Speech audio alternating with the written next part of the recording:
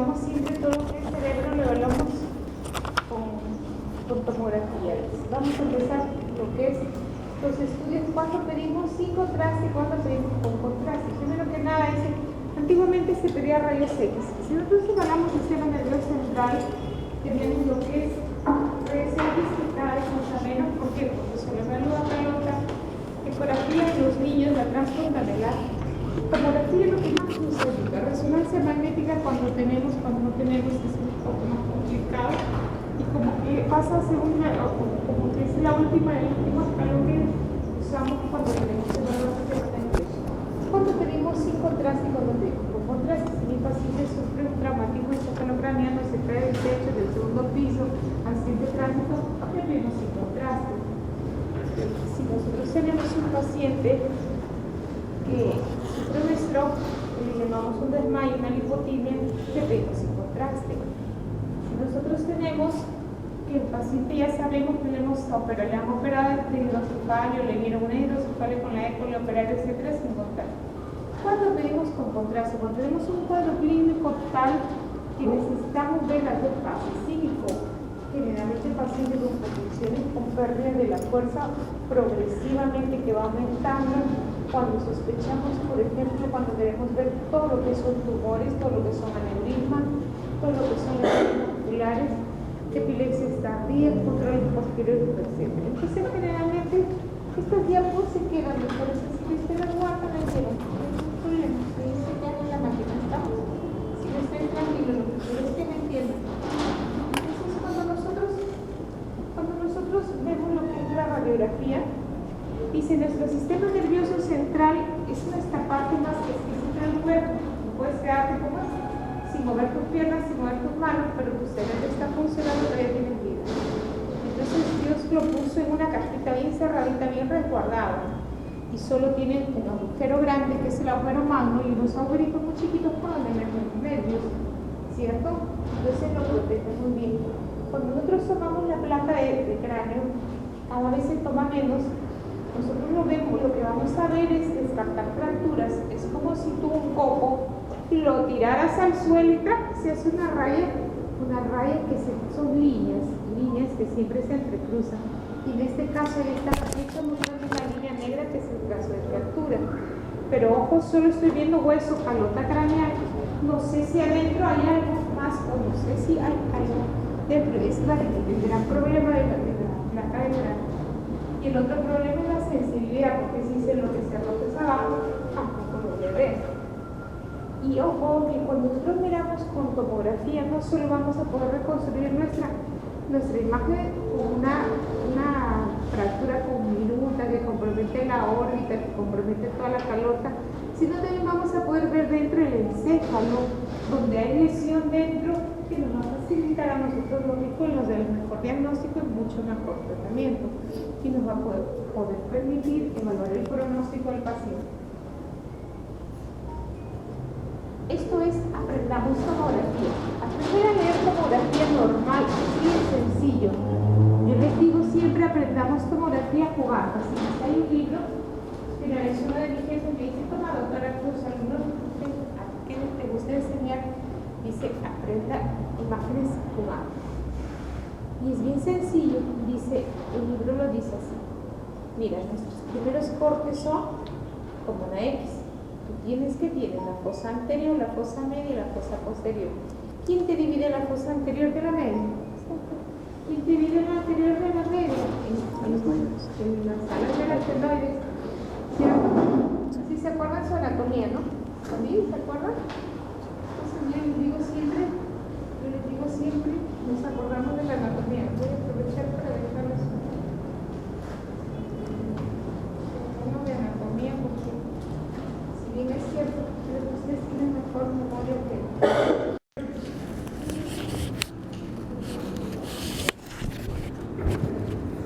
sabemos que el contenido está entre la bóveda y es el que nos va a unir la parte del agujero magno es el más grande y los agujeros muy chiquitos. Si nosotros recordamos nuestra anatomía, tenemos el agujero más grande y tenemos los agujeritos pequeñitos. Si nosotros lo miramos desde arriba, es lo que vemos en las imágenes. El esfenoide nos divide en fosa anterior de fosa media y el peñasco nos divide fosa media de fosa posterior. ¿Sí? Entonces, cuando nosotros aprendemos anatomía, y les cuento que antes tomamos una radiografía especial que se llamaba de la base del cráneo, ahora ya ni siquiera lo tomamos, porque en tomografía lo vemos también esos agujeritos muy bonitos y podemos ver los agujeritos en todo. Bueno, ¿qué quiero que aprendamos? También tenemos aquí una cosa importante en la parte anatómica, que es que yo tengo mi hueso y después del hueso que sigue, ¿cuáles son las capas que cubren al encéfalo? La más pegadita al hueso es la dura, la que está en medio es la y la que está pegadita al cerebro es la.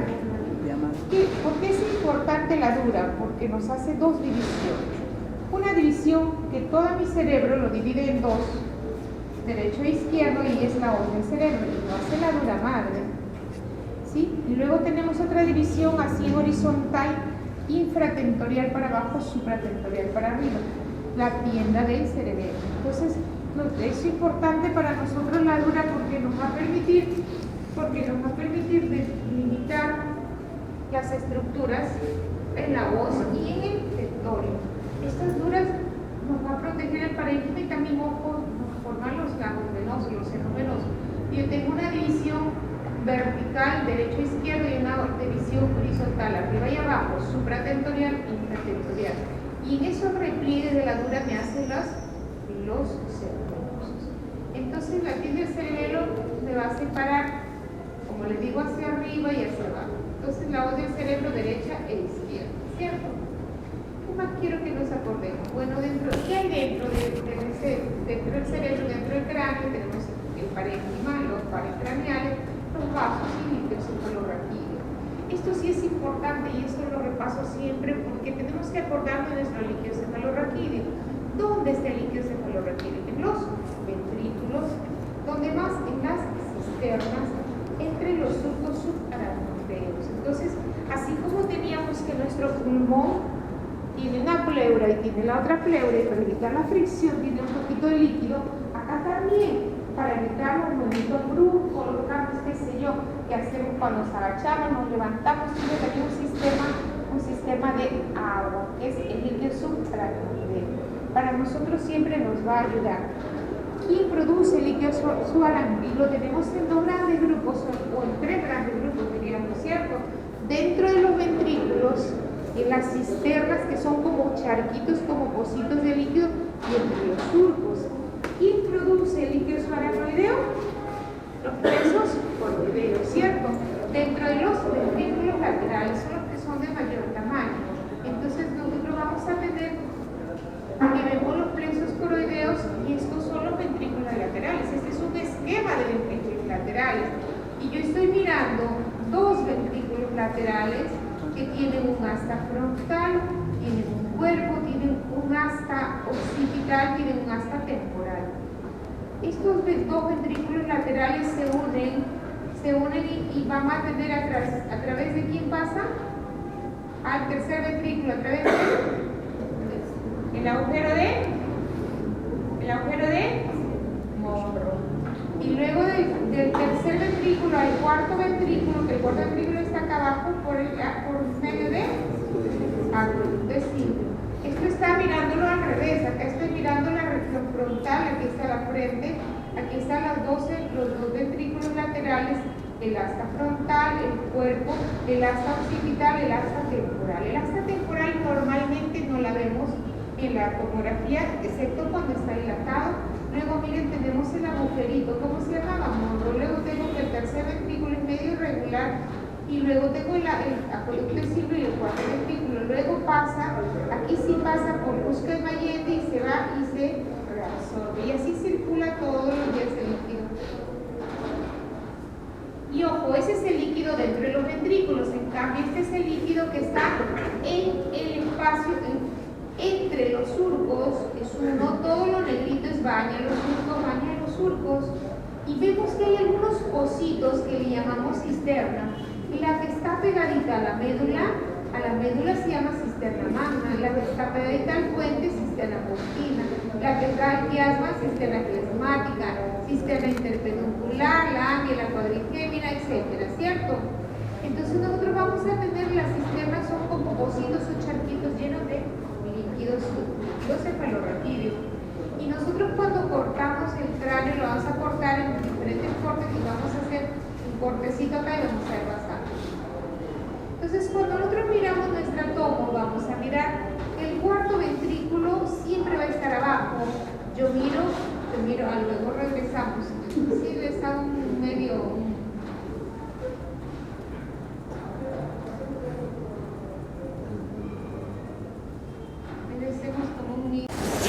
Entonces cuando nosotros vamos a aprender tomografía, hemos dicho que lo hacemos jugando. Entonces como yo ya sé y voy a aprender a leer tomografía, de la piel del cerebelo para abajo 5 milímetros, de la piel del cerebelo para arriba 10. Entonces salían más o menos 20, 22 cortes. Actualmente salen 80, 100, 120 cortes, depende de cómo estás cortando con el tomógrafo helicoidal. Pero generalmente así de 80, 100 te los resume y te da un grupo, y cuando reconstruyes avanzas en grupos. Y los primeros cortes son una X. La X que te la da la fosa anterior, la fosa media y la fosa posterior. Así de simple. Yo miro y todavía miro la X. Ojo que cuando se hace la tomografía el paciente está con su mentón bien pegadito acá y ellos cortan la línea órbito-meatal, cortan angulando. Entonces nosotros vamos a angular las imágenes y vamos a cortar angulado. Entonces nosotros vamos a tener en los primeros cortes, siempre vamos a ver la X. Y si yo miro y esta es la X, este es mi X, mira, ojo, no es que aquí tiene conducto auditivo externo y el de acá no tiene. Lo que pasa es que lo pusieron chueco. Si lo acostamos chueco al paciente nos va a dar diferencias en toda la estructura.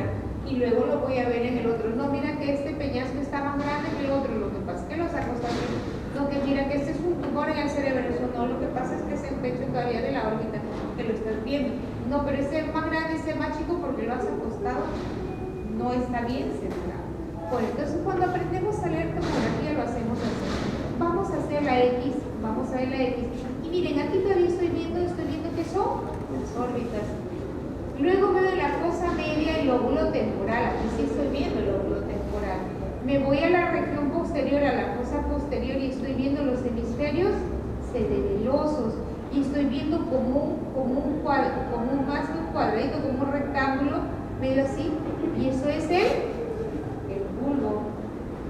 ¿Sí? Luego yo en el otro corte sigo viendo la X y estoy viendo lóbulo temporal, y estoy viendo lóbulos frontales. Y ojo, estoy viendo hemisferios cerebelosos en la fosa posterior y estoy viendo que este líquido es el cuarto ventrículo. Y ojo, ya no estoy viendo uno como un cuadrado más alto que ancho, sino estoy viendo un ovoide más ancho que alto, que de latito tiene un surco y ahí tiene un redondito que es la arteria basilar, y esto es el puente. Entonces el cuarto ventrículo está detrás, posterior al puente. ¿Sí? Luego, miren, después que yo veo las X, yo paso y yo veo una estrellita. Y la estrellita tiene un color negro, es una estrellita de 5 puntas. Y en esa estrellita yo tengo todo ese líquido que habíamos emposado, esas cisternas. Y como el líquido cefalorraquídeo, como es densidad y potencia líquida, se va a ver la estrellita negra. Sí, estoy viendo todavía un poquito el cuarto ventrículo, pero estoy viendo la estrellita. Y esa estrellita es negra porque, lógico, yo estoy cortando en la zona donde está el puro líquido. Entonces, aquí en esta corte donde yo veo la estrellita, aquí cuando yo le pongo contraste, aquí voy a ver pintado el polígono de Willis. Y ojo, entonces yo veo que acá hay líquido y hay una zona de líquido. Esta es la cisura de Silvio. Entonces diferencio mejor. Esto es el lóbulo frontal del lado derecho, este es el lóbulo frontal del lado izquierdo. Miren, esto de aquí es el lóbulo temporal y tiene como una especie de, como una media luna chiquitita, una media luna. Ese es el asta temporal del ventrículo lateral. Normalmente no se ve así muy chiquitita, muy cerradita. Entonces cuando yo veo la estrellita estoy mirando la cisura de Silvio, el lóbulo frontal, el lóbulo temporal. Y ojo, estoy viendo todavía hemisferio cerebeloso, estoy viendo cerebelo. Luego, después de mi estrellita, yo veo un chinito feliz. ¿Lo ven? Un chinito feliz. Parece que se ha sacado la lotería. Se ha sacado 20 imágenes en el examen que nadie, ¿cierto? el asta frontal del ventrículo lateral. El otro ojo del chinito igual es el otro asta. La nariz del chinito es el tercer ventrículo y la sonrisa del chinito, la cisterna de la base, la cisterna interpeduncular. Y estoy viendo que todo esto es lóbulo frontal. Miren, la cisura es simple con un poquito de líquido.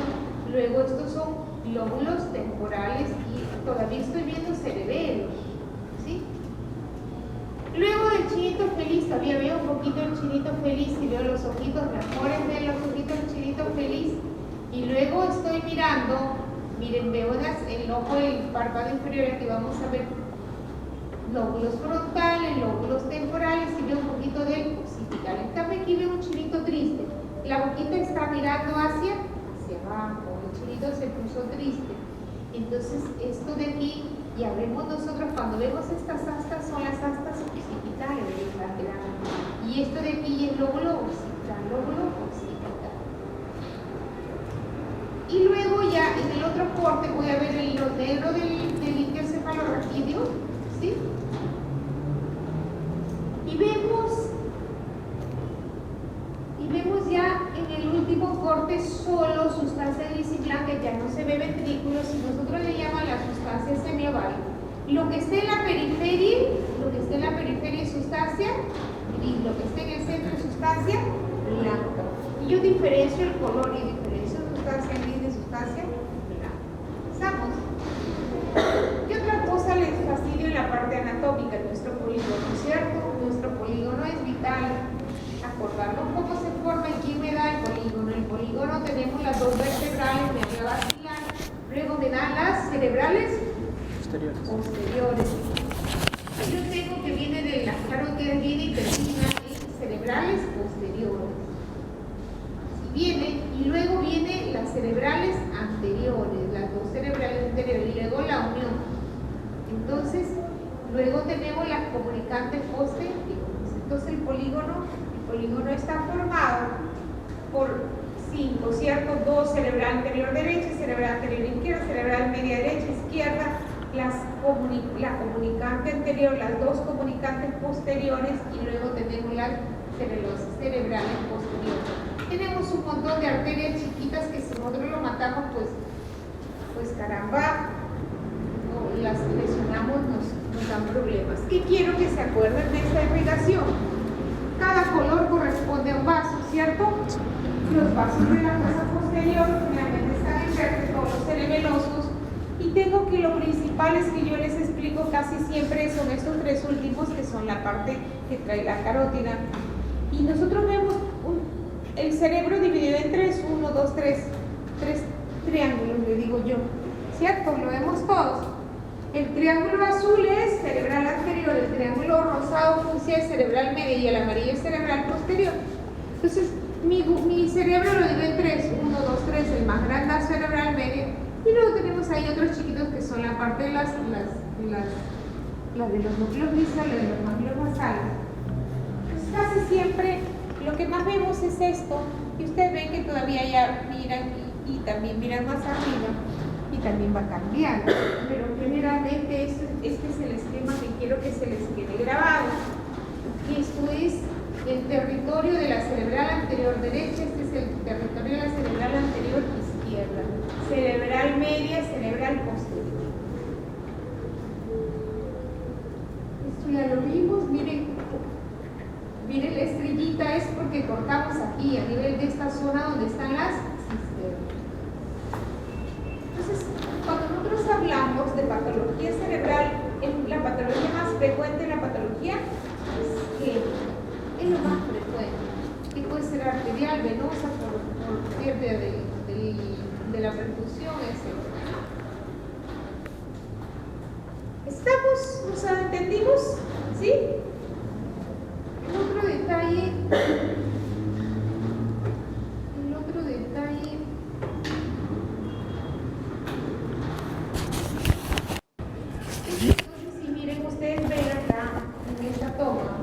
están viendo que aquí está el puente, la protuberancia, aquí está la arteria basilar y esto aquí es el cuarto ventrículo. En cambio acá yo tengo las astas frontales que son los ventrículos, las regiones anteriores de los laterales. Y la boquita triste del chinito, la boquita triste del chino, corresponde a las astas occipitales de los ventrículos laterales.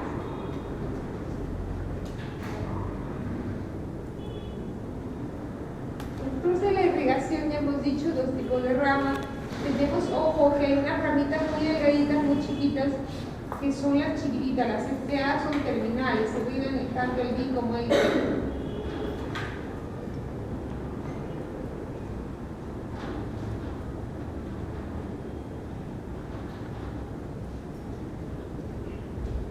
Cada uno tiene todas sus ramas, ni siquiera les pido todas las ramas grandotas.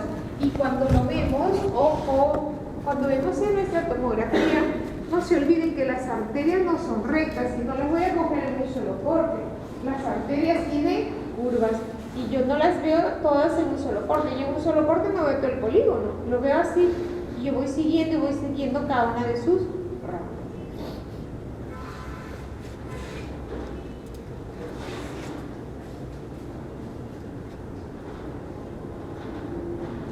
¿Qué otro detalle? Cuando nosotros hablamos ya del parénquima, el parénquima se divide en televito, la que es la parte media y la parte posterior. Entonces, cuando hablamos del encéfalo, está interconectado con los ventrículos, ¿sí?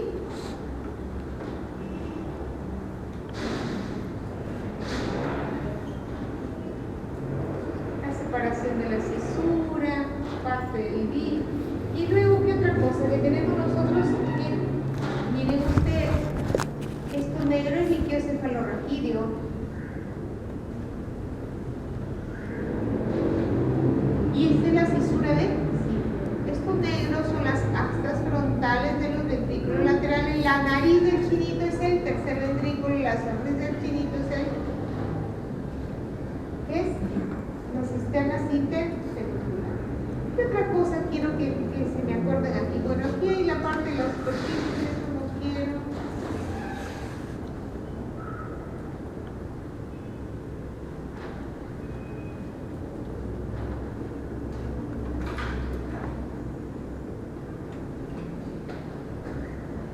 Dentro de las cisuras, la que más se ve es la cisura de Silvio, doctores. La de Rolando o la cisura calcarina pocas veces lo ven. Entonces, generalmente, ¿qué miramos? Miramos que la cisura de Silvio separa el lóbulo frontal del lóbulo temporal, ¿cierto? Si nosotros miramos en este RM, aquí sí veo la cisura de Silvio y aquí sí veo la cisura de Rolando. No siempre se puede ver. Entonces igual los lóbulos.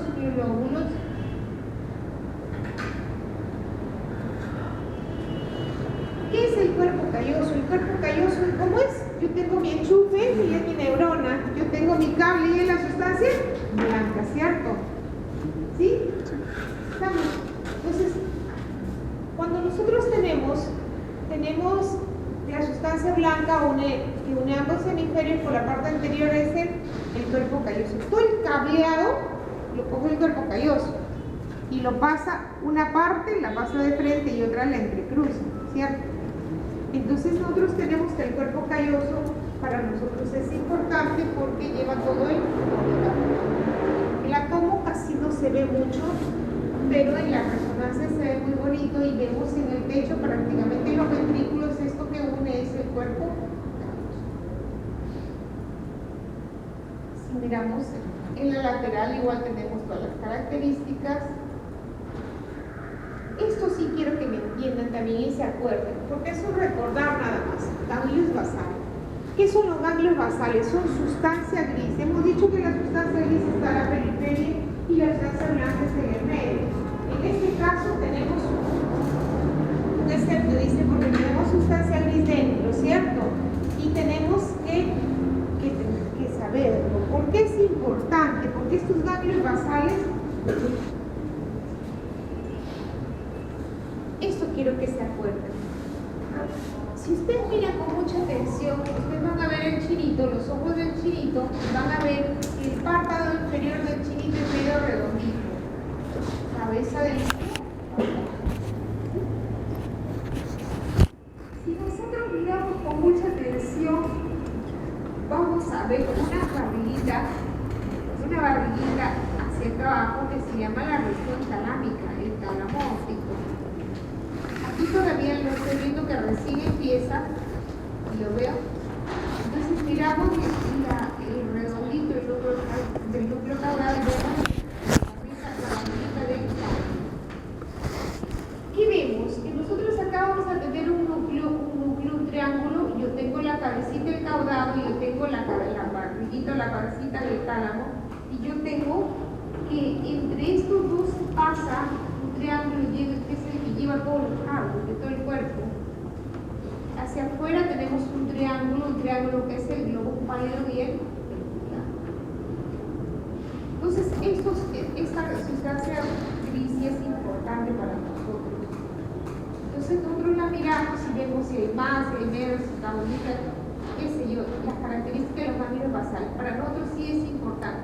¿Se acuerdan en el polígono de Willis que damos unas arteritas chiquititas? Esas arterias lo irrigan a los ganglios basales, por eso es que tenemos que cuidarlos. ¿Estamos? Entonces, ojo, entre esta cabecita, el caudado, y este redondito, la pancita, el tálamo, yo tengo un triángulo, pero tengo un triángulo acá, perdón, como un boomerang. Es una línea negra que va desde aquí hasta acá. Y eso se llama la cápsula interna. La cápsula interna tiene sustancia blanca en forma de boomerang, está alimentada por quién, el caudado, igual el tálamo y el sistema lentículo. Entonces, no siempre se ve un corte toda la vez, pero nosotros tenemos que esta línea negra acá es la cápsula interna.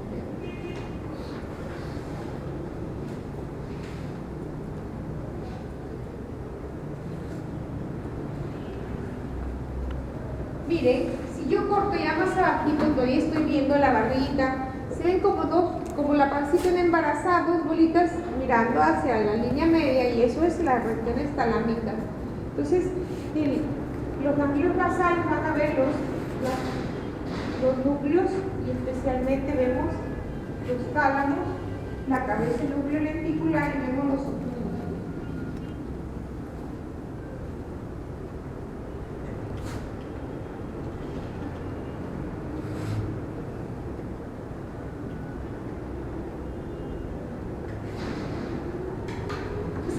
El cuarto ventrículo está aquí, el puente, aquí la arteria basilar, y luego el cuarto ventrículo está hacia atrás, ¿cierto? Posterior al puente. Y nosotros miramos todas las estructuras, qué bonitas se ven, miren en resonancia magnética, esta resonancia, qué bonita está.